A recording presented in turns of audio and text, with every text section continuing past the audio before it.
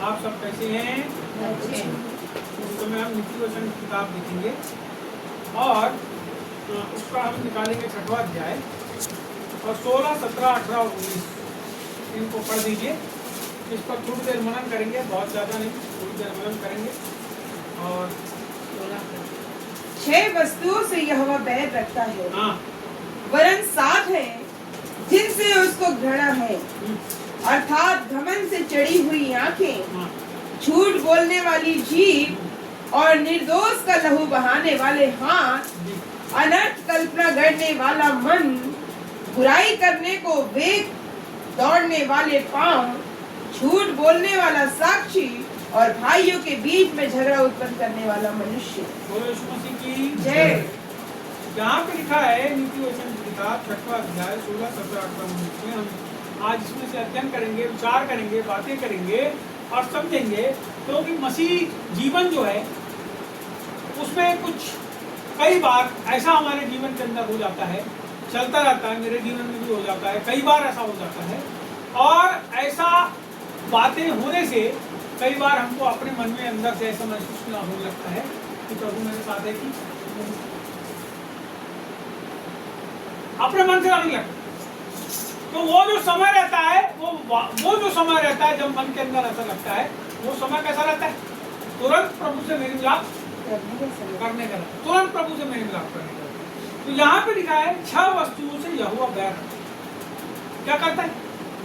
6 वस्तुओं क्या से करता है? यहोवा बैर रखता है। क्या करता है? बैर। आप किसी की दुश्मनी क्यों करो? कभी किसी की दुश्मनी करो सत्य नहीं। बैर का मतलब क्या है? दुश्मनी। बैरी का मतलब दुश्मन और बैर का मतलब दुश्मनी रखना। यहाँ लिखा है 6 वस्तुओं से यहोवा बैर रखता है, वरन 7 है जिससे उसको घृणा, जिससे उसको देखो, बैर का एक अर्थ घृणा भी, हम जिससे घृणा करते हैं, नफरत करते हैं, वही हमारा दुश्मन होता है और कोई होता है घृणा।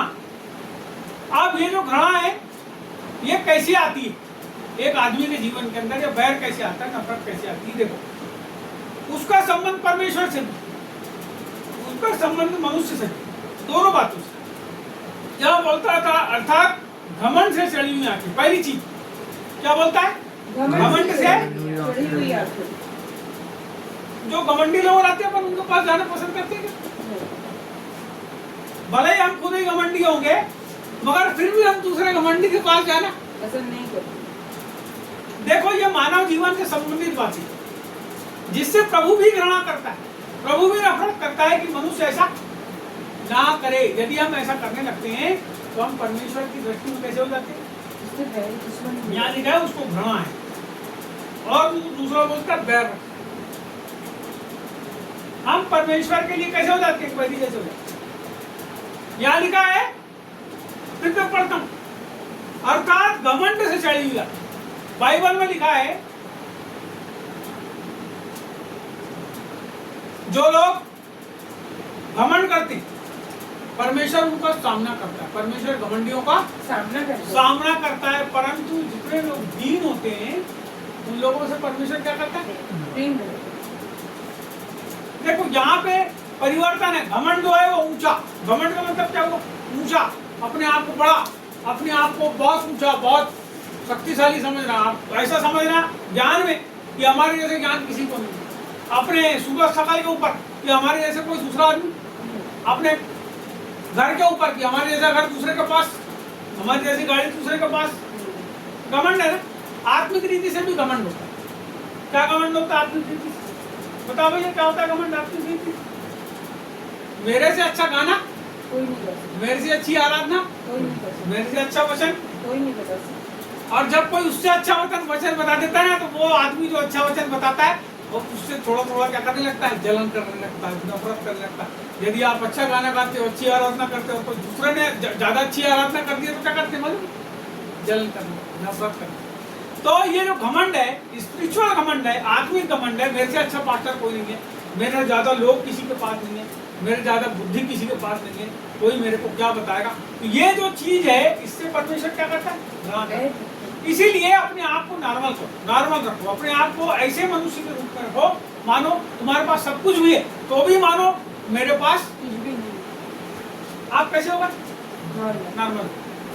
आपको परमेश्वर वास्तव में फिर क्या करेगा? शिरोमणि। शिरोमणि बनाएगा। आपके घमंड जो है उसको अगर आप हटाते हो अपने जीवन से कोई भी चीज के बारे में, तो उसको जब हटा दोगे, जब आप कम से कम चीजों में भी ऐसा सोचोगे कि नहीं मेरे पास प्रभु ने जो दिया है सर्वाधिक सर्वोत्तम चीज है, तभी तो मेरे को दिया है।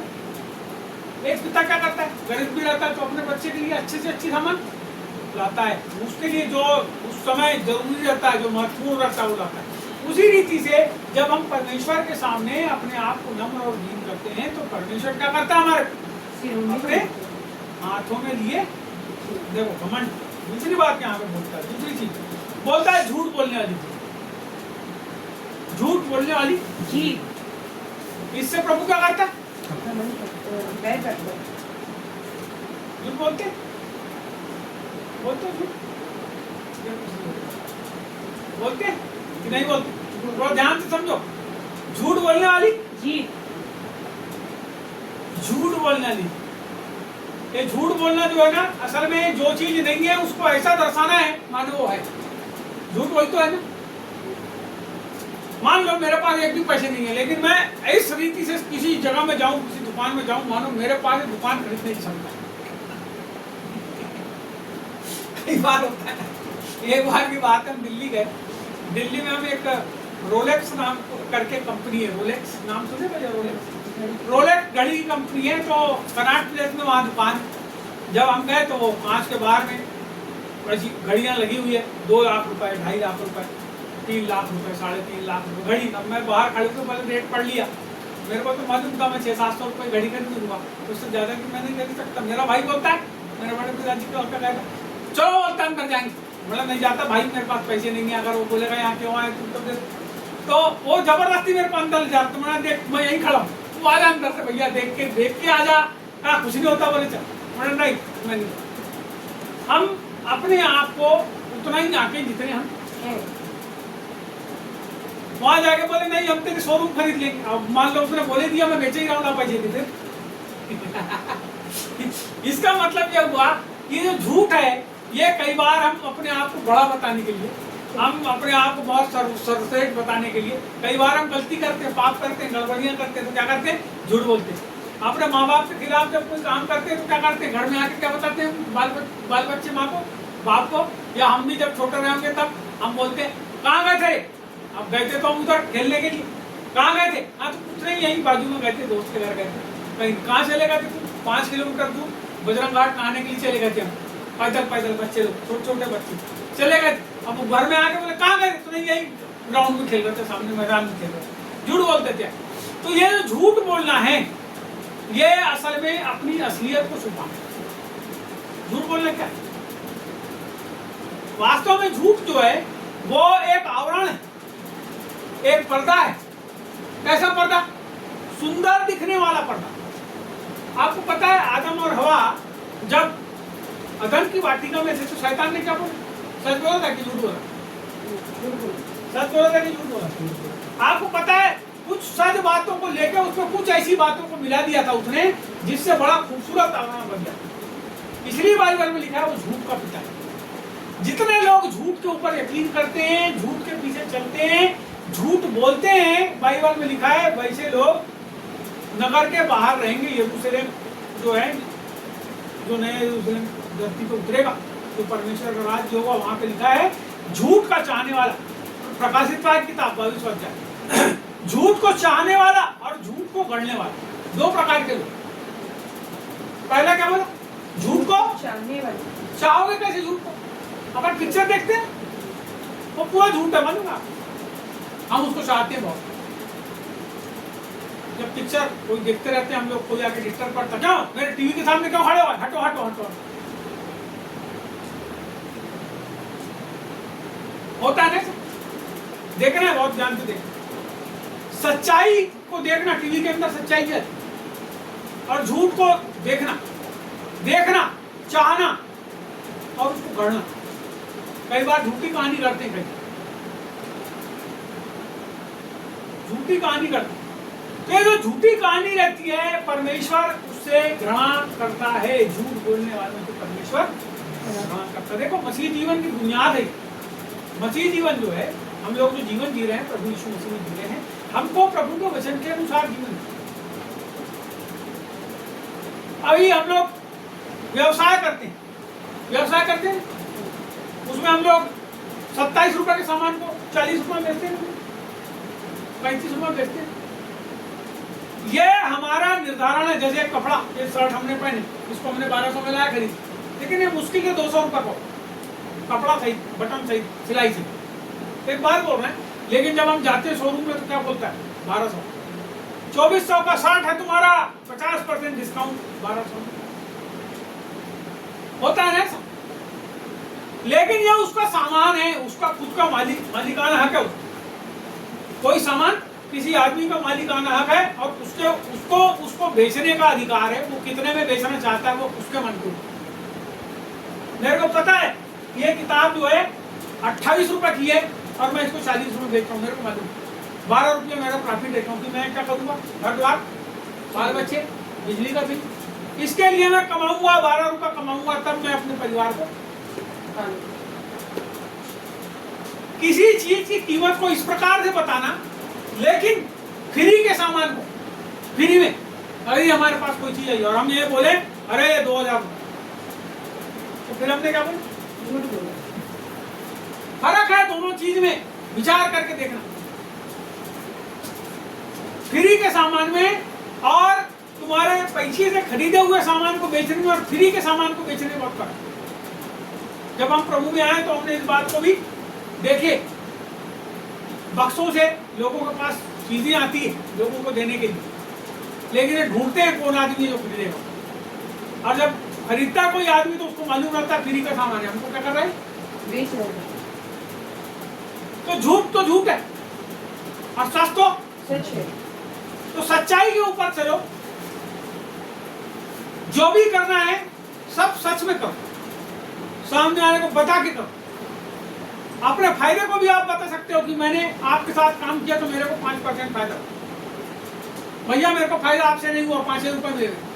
आप बोल के काम कर सकते हैं, सच्चाई के साथ काम कर सकते हैं और परमेश्वर आपसे क्या करेगा। तो जो झूठ है वो झूठ से परमेश्वर घृणा करते हैं। झूठ को चाहना भी नहीं और झूठ को गढ़ना भी नहीं। जो चीज है नहीं उसको हम लोग क्या बोलते हैं कई बार, अरे ऐसा है, कैसे है, वो तो है ही नहीं, फिर भी हमने क्या बोले ऐसा है। कई बार अचानक होता है, बात में फंस जाते हैं किसी की, हम क्या करते हैं इस झूठ को नहीं, बाइबल में लिखा है तुम्हारी बात हाँ की हाँ ना की ना रही। तो हमको बदलना नहीं, अपने विचारों को नहीं बदलना, अपने जो बात है उसको सीधे सूत्र में आप बता दो, तो आगे चल के शिकल्लस नहीं होगी, आगे चल के लड़ाई नहीं होगी। प्रभु के सामने भी आप झूठे बोल दो, कुछ नहीं होता, सुधर जाता है, सब मामला सुधर जाता। किसी का भी कितना ही बड़ा नुकसान किया होगा, यदि मान लोगे अपनी गलती तो बोलेगा चल कोई बात नहीं यार, आइंदा मेरे घर मत आना, तू मेरे संबंध में करना, इतना ही होगा ना, इतना ही होगा और कुछ होगा। यदि किसी का नुकसान किया हो तो यही तो बोलेगा और कुछ नहीं बोलेगा, उससे ज्यादा कुछ नहीं बोलेगा। लेकिन तुम्हारी आत्मिकता जो है वो बची रहेगी, मेरी आत्मिकता बची रहेगी, आपकी आत्मिकता कैसी रहेगी, बची रहेगी और प्रभु के सामने आप सच्चे बनेंगे, है ना। आगे तीसरी बात, और निर्दोष का लहू बहाने वाले हाथ। निर्दोष का लहू बहाने वाले हाथ। निर्दोष कौन है, निर्दोष कौन है? जिसने कोई गलती नहीं किया फिर भी हम उसको क्या करें, बोलेंगे तूने गलत किया। आपको पता है आज की तारीख में मसीह लोगों के ऊपर बहुत सारे इल्जाम लोग लगा रहे हैं। कैसे इल्जाम लगा रहे हैं, इनने पैसा दिए, पैसा देके फलाने आदमी को ईसाई बना दिए, इनने एक बोरी चावल दे दिए, ऐसा चल रहा है अभी टीवी के अंदर, एक बोरी चावल दे दिए और इन लोगों को ईसाई बना लिए। अरे 5 किलो चावल देते हर महीने, लोगों को ईसाई बनाते। ऐसा फालतू की झूठी बात है, जबकि अभी ये काम जो है वो सरकार कर रही है, भारतीय जनता पार्टी की सरकार अभी वही कर रही है। जितने गरीब लोग हैं सबको 2 किलो 5 किलो क्या कर रहे हैं, राशन बांट रहे हैं, और उन लोगों के काम धंधे छूट गए, आज उनकी स्थिति बहुत खराब है। देखो यहाँ लिखा है निर्दोष का खून बहाने वाले हाथ। निर्दोष का खून, जिसने कोई दोष नहीं किया है उसको जबरदस्ती किसी भी बात में फंसाना। मैं तो एक उदाहरण बताया आपको, लेकिन निर्दोष कौन, मान लो हम 2 लोग कहीं जा रहे हैं और गलती हमने करे, लेकिन हमारे साथ जाने वाले को यदि हम फंसा देते हैं, इसका मतलब हमने क्या करे, निर्दोष के खून को हमारे हाथ हो गए ना उसको फंसाने वाले। कई लोग झूठी साक्षी देते, गवाही देते हैं। कई बार दोस्त लोग रहते हैं, गड़बड़ करते हैं, एक दोस्त को बोलते हैं मेरे बारे में ऐसा बोल देना, उसकी माँ को उसके बाप को मिलेंगे, नहीं वो तो हमारे साथ था ही नहीं। इसका मतलब क्या, आप निर्दोष आदमी को झूठ भी खोले, क्योंकि देखो निर्दोष को फंसाने के लिए, उसका खून बहाने के लिए तुमको दोषी बनना पड़ेगा। दोषी बनने में हो सकता है तुम उसको मारो, हो सकता है तुम उसके साथ झूठ बोलो, हो सकता है उसके साथ चालबाजी करो, हो सकता है मक्कारी करो और उसको क्या करो, फंसा दो। तो हमको इससे बचना है, ये सब चीजों से बचना है, चालाकियों से बचना है। आगे बोलता है अनर्थ कल्पना करने वाला मन। बोलो अनर्थ कल्पना। अब क्या होता है अनर्थ कल्पना, बता। चौथी बात, अनर्थ कल्पना क्या होता है प्रेम? अनर्थ कल्पना क्या होता है?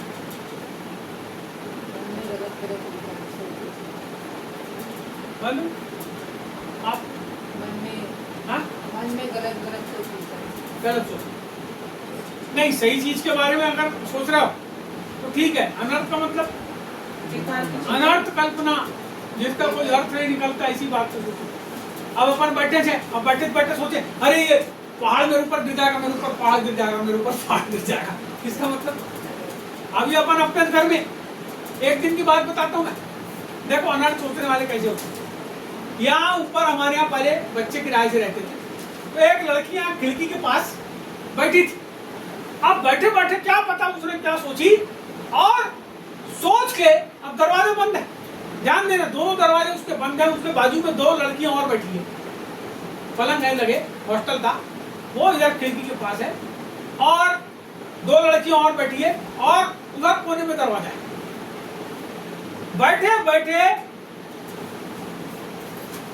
पढ़ रही है किताब। अब वो पढ़ रही है कि नहीं मालूम, लेकिन दिमाग के अंदर उसका क्या चल रहा है। और अचानक से वो बिस्तर के ऊपर से उछली और उछक के कूदी और बोली आशा लुट गई, आशा लुट गई, आशा बर्बाद हो गई, आशा बर्बाद हो गई। अब वो लड़की जो है उसका चेहरा भी बहुत खूबसूरत नहीं था, और जब वो उसने चिल्लाई और जब कूदी लपक के और जब भागी वो दरवाजा खोल के, अब वो देखो 2 लड़कियां बैठी थी वहां बाजू में, और दरवाजा खोल के लपक के उसको खोल के इधर सामने की तरफ आ गई। तो दौड़ते अब मैं यहाँ नीचे अकेला था, मैंने क्या हुआ, मैं दौड़ा यहाँ से। मोहल्ले वाले भी आ गए, पूरे 10-15-20 आदमी यहाँ आके खड़े हो। मैं जाके बोला क्या हुआ। वो तो बाजू वाली लड़कियां थी, उनने बताई क्या पता जी बोले अचानक। तो बोलती है मेरे को ऐसा लगा कि कोई मेरे को पकड़ने के लिए आया। कैसी कल्पना है? अनर्थ कल्पना। कई बार हम अच्छे चलते रहते हैं रास्ते में, अपना काम अच्छा करते रहते हैं और अचानक से हम अपने बारे में खराब सोचते हैं, अनर्थ सोचते हैं। खराब सोचने उसको क्या कहते हैं? अनर्थ को। खराब हमारे बारे में खराब। अरे हम दुकान खोल रहे हैं, हमारी दुकान चलेगी? अरे चलेगी ना। अर्थपूर्ण सोचो, प्रभु के पास बैठो चरणों में और अच्छा सोचो अपने बारे में। देखो अपनी दुकान, रोज जब सवेरे जाते हो ना दुकान में, हम अपने काम करने में जाते, हम कहीं दुकान लगाने जाते, तो हमको सोचना पड़ेगा। क्या सोचना पड़ेगा अपने मन के अंदर जब प्रार्थना करते हैं? अपनी आंख से देखना चालू करो, मेरी दुकान में खूब सारे लोग आ रहे हैं और अच्छा सामान खरीद रहे हैं, और शाम को मेरे पास 50,000 रुपये आ गए। सोचो ना भी अपने बारे में, अच्छा सोचो, अनर्थ मत सोचो, अच्छा सोचो अपने। और अच्छा सोच के वैसा करो, केवल सोचो मत। सोचोगे तो कर्म बिना विश्वास। अब आप बोलो मैं नौकरी करूंगा, तो कोई परीक्षा नहीं दे रहा।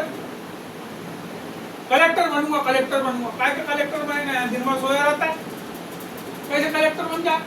बढ़िया कोई लड़का बोले मैं बिजनेस करूंगा, दिन भर तुम गंडल के मोबाइल चलाते रहो, बन जाओगे? क्या करना पड़ेगा उसके लिए? आपको पता है अभी मैं बीच में एक वो देख रहा था, ऐसा कोई स्कूल के बच्चों का था, वो देख रहा था मैं, और वो सब कोई ने यूपीएससी टॉपर कर, यूपीएससी टॉप परसेंटेज कितने? 99.4, 99.3, और वो जो था वो आदमी कैमरामैन उनके पास गया और बोले सर बेटा आप लोगों के पास मोबाइल कितना परसेंट? बोलती है वो लड़की 99.3। अच्छा आपके पास मोबाइल कौन सा? उसने बोली देखो बोले मेरे पास क्या बताइए i20 क्या ऐसा कोई मोबाइल का नाम बोली, एप्पल का। और यार निकाली जेब से बाहर, इतना बड़ा वो टिचिक मोबाइल नहीं रहता जिसमें कुछ नहीं दिखता, उसमें मैसेज आता है और जाता है और केवल फोन होता है। इतना बड़ा मोबाइल निकाल के दिखाई तो जितने लोग बैठे थे वहां तो रहते उसको देख के फिर दूसरे के पास गया, बोले कितना परसेंट आया? बोले साहब 98.7। अच्छा आपका मोबाइल दिखाओ। वो लड़के ने निकाला अपना मोबाइल दिखा, इतना बड़ा मोबाइल। सुनो जो पढ़ने वाले रहते हैं उनको अपने लक्ष्य की ओर देखना पड़ता है, लेकिन फालतू की चीजों की अनर्थ चीजों की ओर देखते हैं तो सफल नहीं होगा। आपको पता है परमेश्वर ने यदि मेरे को सेवकाई के लिए बुलाया है तो मेरे को अपनी सेवकाई के लक्ष्य की ओर देखना पड़ेगा। जब मैं प्रभु में आया ना तो मेरे मन के अंदर एक ही धुन थी कि मैं कहाँ चले जाऊं, कहाँ जाके प्रभु के बारे में बताऊं। अब मैं मोटरसाइकिल में बैठ के, आप लोग यकीन नहीं करोगे, मैं घर से निकलता था 3-3, 4-4 दिन के लिए, 5-5 दिन के लिए। मेरे बाल अच्छे बहुत बढ़िया थे, लंबे लंबे, और मैं चलाता था मोटरसाइकिल। मध्य प्रदेश की पूरी रोड खराब, महाराष्ट्र की पूरी रोड खराब, इतनी धूल उड़ती थी, ट्रक चलते थे सामने, मेरे मुंडी में जमा होते गए, नहाना ना धोना। और जा रहे हैं, अब जहाँ रुकते थे एक दिन के बाद वहां जाके रुकते थे तो नहा धो लेते थे, और बाल के अंदर मट्टी जा जाके धीरे धीरे मेरे बाल इतना घूमा, इतना धूप पे खड़ा रहा, मेरे बाल धीरे धीरे जाते। केवल बाल की बात नहीं बता रहा हूँ, शरीर के अंदर भी फर्क आया। इतना दिन भर मोटरसाइकिल चलाना, दिन भर सवेरे से लेकर रात तक मोटरसाइकिल चलाना और घूमना और जाना और दिन भर धूप में खड़े रहना, ये सब एक धुन सवार हो गई। लेकिन अनर्थ थी क्या? नहीं। जो काम हमने करे, मैं आपको बताऊं, जो काम हमने करे उसका रिजल्ट आज हमारे पास है। मेरी किताब पढ़ के लोग पास्टर बने, मेरे को अपने घर में बिठा के सिखाना नहीं पड़ा, लेकिन जो किताब हमने बनाए, जो छापे, उसको पढ़ के लोग पादरी पास्टर बन गए, और बहुत सारी गवाही है मेरे पास। तो अनर्थ यदि हम सोचते हैं, अनर्थ का मतलब बेकार सोचते हैं, प्रभु ने बुलाया कुछ नहीं होता, हम अपना काम नहीं।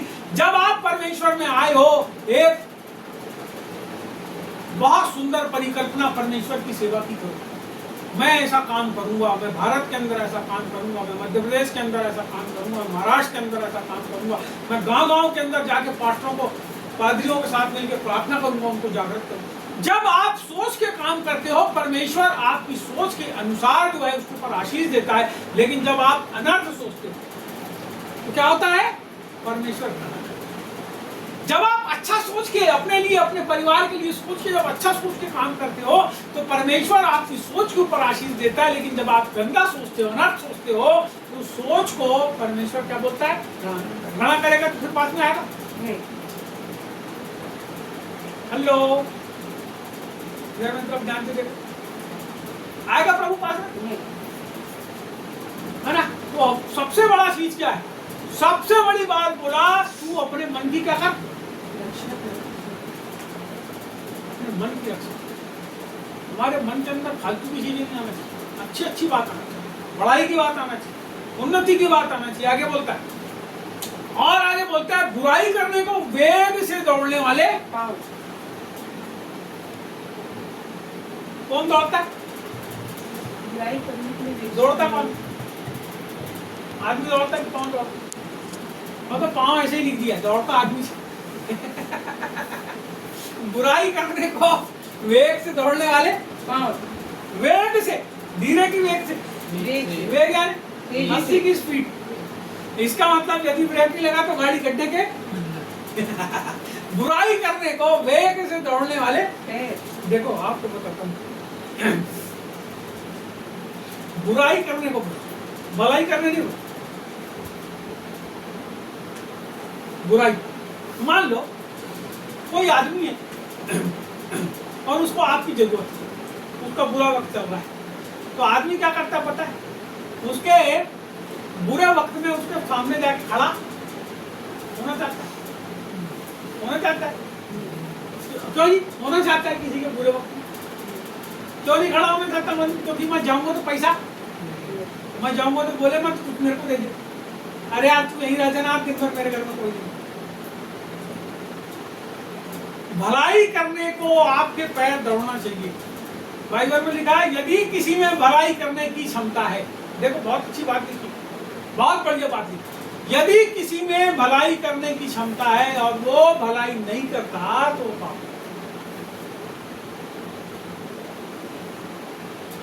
आज एक कहानी पढ़ रहा था सवेरे में, और कहानी ऐसी थी, एक नई नवेली बहू शादी होके एक घर में, और जब घर में आई तो उसके जो पड़ोसी थे, घर में बहुत पड़ रही थी, उसके पड़ोसी में से पड़ोसन आई और आके उसकी जो बहू है दरवाजा खटखटाई, तो बहू ने दरवाजा खोली। जब दरवाजा खोली तो लेडीज सामने बोलती है, दीदी आपके यहाँ ना वो फ्रिज में बर्फ होगा तो दे दो। जी बोलती है, मेरे बाल बच्चे ना ठंडा पानी मांग रहे हैं, बहुत गर्म पानी पिया नहीं चाहते, दे दो जी। बोलती नहीं नहीं जी हमारे घर नहीं है, नहीं है। तो सास आई सास और बोली, कौन था बेटा, कौन आया था? बहू बोलती है, माँ जी वो बाजू वाली आई थी और वो बर्फ मांग रही थी, मैंने नहीं दी, बोले उसको भगा। उसकी सास क्या बोलती है? उसकी सास बोलती है, बेटा वो आई थी तो उसको दे देना था। सुन बेटे को अपनी बात बता, जब मेरे बच्चे छोटे छोटे थे तो मैं बहुत से लोगों के घर, जब मेरे बच्चे भी पानी मांगते थे ठंडा वाला गर्मी के समय, तो मैं उनके घर जाती थी। मेरे को बहुत जन में भगाए, बोले बर्फ नहीं देते थे मेरे को, मैं भी जाती थी बोले मांगने के लिए, मेरे को भगाए। जब मैंने बर्फ ली ना बोले तो जितने भी लोग मेरे घर आते, तो फ्रिज नहीं बोले मैंने, तो जितने भी लोग मेरे घर में आते मैं सबको बर्फ।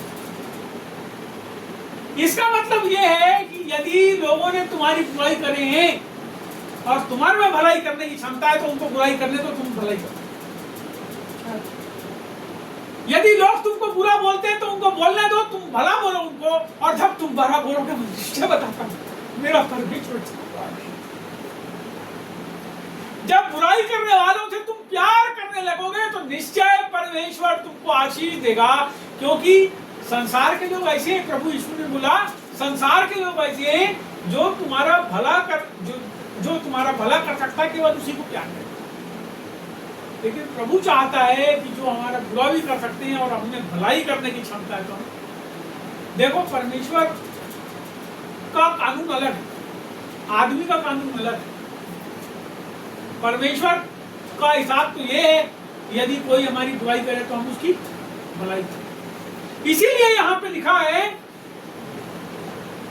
बुराई करने को वेग से दौड़ने वाले जो पांव होते हैं ना, उनको परमेश्वर कहता है तो मैं इससे क्या करता हूँ, मत करो जी किसी की बुराई, मत बुराई करने के लिए दौड़ो। मैं किसका नुकसान कर सकता हूँ, मैं किसके साथ बुरा कर सकता हूँ, मैं किसके साथ अन्याय कर सकता हूँ, अरे मैं ऐसा कर लेता हूँ, मैं वैसा कर लेता हूँ। मत सोचो, प्रभु से बोलो प्रभु इसको आशीष दे, प्रभु इसको आशीष दे। मैं आपको बताना चाहता हूँ, यदि तुम लड़ने के लिए तैयार हो तो परमेश्वर तुम्हारे साथ नहीं है, लेकिन यदि तुम आशीर्वाद देने तैयार हो तो परमेश्वर। लड़ना बंद कर दो, परमेश्वर तुमको आशीष दे। बोलना बंद कर दो, परमेश्वर तुमको आशीष देगा। मैं आपको बताऊं, जब आप अपने मुंह को बंद रखते हो तो परमेश्वर बोलता है, जब परमेश्वर बोलता है तो उसके बोले हुए को कोई नहीं। आप प्रभु के सामने घुटना टेको और उसके सामने अपनी बातों को रखो। आगे बोलता है, झूठ बोलने वाले साक्षी। अभी अपन ऊपर देखे ना, झूठ बोलने वाली जीभ, झूठ बोलने वाली जीभ, जो लोग झूठ बोलते रहते हैं दिन भर अपने आप को बचाने के लिए। अब यहाँ एक बात बोलता है, गवाह के बाद, झूठ बोलने वाले साक्षी। कई लोग झूठी गवाही देते हैं। अभी प्रभु के लोगों के खिलाफ कई लोग झूठी साक्षी दे रहे हैं। उनको ऐसा लगता होगा हम बहुत अच्छा काम कर रहे हैं, लेकिन मैं आपको बताना चाहता हूँ, आपका बढ़ाने वाला सृजनहार परमेश्वर आपसे धोखा करता है। उनके खिलाफ झूठ बोलने वाली साक्षी, किसी के खिलाफ झूठी साक्षी नहीं बोलती। आगे अंतिम बात, और भाइयों के बीच में झगड़ा उत्पन्न करने वाला मनुष्य। भाइयों के बीच में बोलो, झगड़ा उत्पन्न करवाने वाला। ये क्या होता है झगड़ा उत्पन्न करना? मैं उदाहरण बताता हूँ आपको। बहुत साल पहले की बात है, हम छोटे छोटे थे, मैं 13 साल का था। मेरे दादाजी एक्सपायर होगा, तीसरा चौथा दिन था। मेरे पिताजी, मैं, मेरी बुआ, छोटी वाली बुआ, हम 3-4 लोग बाहर बैठे थे। बेंच था हमारे माधव प्रेस में। पहले रखता एक था, बड़े बड़े दरवाजे थे, आजकल तो बदल गए। बड़े बड़े ऐसे दरवाजे थे, आदमकद दरवाजे, और मेरे ख्याल से 8-8 फीट के दरवाजे थे। और ऐसे बेंच लगा था, और बेंच पे ऐसे मेरे पिताजी, बुआ और हम लोग सब बैठे हैं ऐसे टेबल पे बाहर, और हमारे बीच वाले बड़े पिताजी थे, वो हमारे सबसे बड़े पिताजी जो थे वो अंदर थे हमारी दादी के पास, और ये क्या पता हमारे पास खड़े होकर अच्छी बात करते, अचानक से अंदर गए और जाके हमारे बड़े पिताजी को बोलते, अरे वो फलाना मेरे पिताजी का नाम लेके वो तेरे को ऐसा ऐसा बोल रहा था। और बड़े पिताजी हमारे बहुत तेज थे, बंदर के बाहर आए, जम के गाली बकती वक्त क्या हुआ, एक सेकंड में अच्छा सब कुछ था, घर के अंदर शांति थी, एक सेकंड के अंदर क्या कर दिया आदमी, भाइयों के बीच में झगड़ा, भाइयों के बीच में झगड़ा। उत्पन्न कर दिया। आपको पता है मसीही लोग भी ऐसी करते हैं, बहुत सारे मसीही लोग ऐसे चुगलखोर बोलते हैं लोग, क्या बोलते हैं, चुगलखोर। जो बात नहीं है उस बात को भी ऐसा बताना मानो वो है, उसको इतना बुरा बना देते हैं किसी आदमी के बारे में बोल बोल के कि उससे बुरा आदमी कोई नहीं। और जो लोग उनकी बात सुनते हैं कान के कच्चे, वो लड़ाई करते हैं।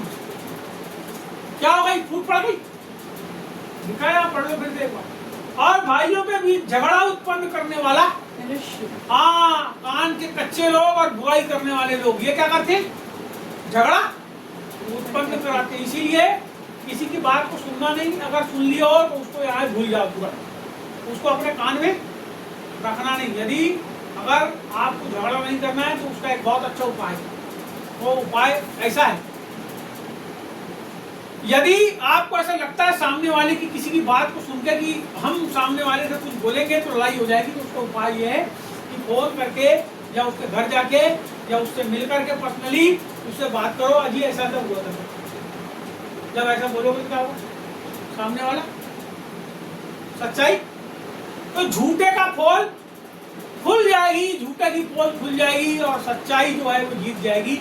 इसके लिए ये वक्तव्य जो है बहुत जरूरी है, एक दूसरे से बात करना बहुत जरूरी है। यदि कहीं गड़बड़ी समझ में आ रही है तो बात करना जरूरी है, यदि बात नहीं करेंगे तो क्या हो जाएगा, गड़बड़ हो जाएगा, लड़ाई हो जाएगा, झगड़ा हो जाएगा। और जो लोग ऐसा झगड़ा करवाते हैं, बाइबल में लिखा है परमेश्वर उनसे क्या करता है, 7 प्रकार की बात। हम लोगों को अपने मसीह जीवन के अंदर इन बातों का ख्याल रखना है।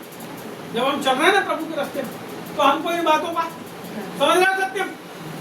जब हम प्रभु के रास्ते में, बपतिस्मा ले ली ना तुमने, अब प्रभु के हो गए, जब प्रभु के हो गए तो इन बातों को ख्याल रखना, एक लक्ष्य लेके चलना है, एक ध्येय लेके चलना है परमेश्वर के लिए। अनर्थ बातें हमारे मन के अंदर नहीं हो। परमेश्वर ने सब चीजें पॉजिटिव, आप बात करो, पॉजिटिव में चलो। बुरा लोगों से बोलना बंद कर दो, एक दूसरे के बारे में खराब बोलना बंद कर दो, लड़ाई करना बंद कर दो, झूठ बोलना बंद कर दो, और परमेश्वर जैसा चाहता है हमारे जीवन के अंदर वैसा हम चलें। तो जब हम ऐसा करते हैं तो इसका जो बैर है, बैर काउंट का क्या है, बैर काउंट का क्या है, और दुश्मन काउंट का क्या है, दोस्ती। जब हम ऐसा करने लगेंगे, देखो यहाँ पे लिखा है यहोवा परमेश्वर क्या करता है, ऐसे लोगों से घृणा करता है। अब इसको उल्टा कर दोगे तो क्या होगा, जब आप प्रभु के अनुसार ऐसे बातों को काट के अपने जीवन के अंदर सुधार लाओगे तो क्या लिखा, क्या होगा फिर, प्रभु हमारा दोस्त बन जाए, और प्रभु हमारे से क्या रखेगा कि प्रेम करेगा, प्रेम करेगा। और जब परमेश्वर हमसे प्रेम करेगा, जब परमेश्वर हमसे दोस्ती रखेगा, तो फिर कौन है जो हमारी तरफ मुंह करके, जो हमारी तरफ तलवार करके हमको हरा दे, क्योंकि हमको जिताने वाला फिर हमारा दोस्त होगा, वो है परमेश्वर। तो आइए हम सब प्रार्थना करें और